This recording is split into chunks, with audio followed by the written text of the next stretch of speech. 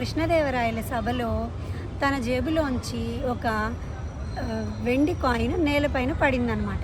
పడంగానే దానికోసం మన తెనాలి పరిగెత్తుకుంటూ వెళ్ళి కాయిన్ తీసుకోబోయాడు.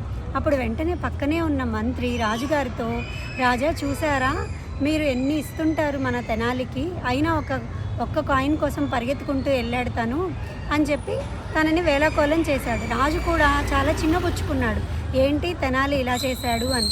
తెనాలి వెంటనే, రాజా నేను ఈ కాయిన్ కోసం కాదు, ఇదిగో ఈ కాయిన్ చూసారా, ఈ కాయిన్ మీద మీ ఫేస్ ఉంటుంది, అందుకని అది కింద పడకూడదు, దాన్ని ఎవరైనా తొక్కకూడదు అనే ఉద్దేశంతో దాన్ని వెంటనే తీయడానికి వెళ్ళాను అని చెప్పేసి కవర్ చేశారనమాట.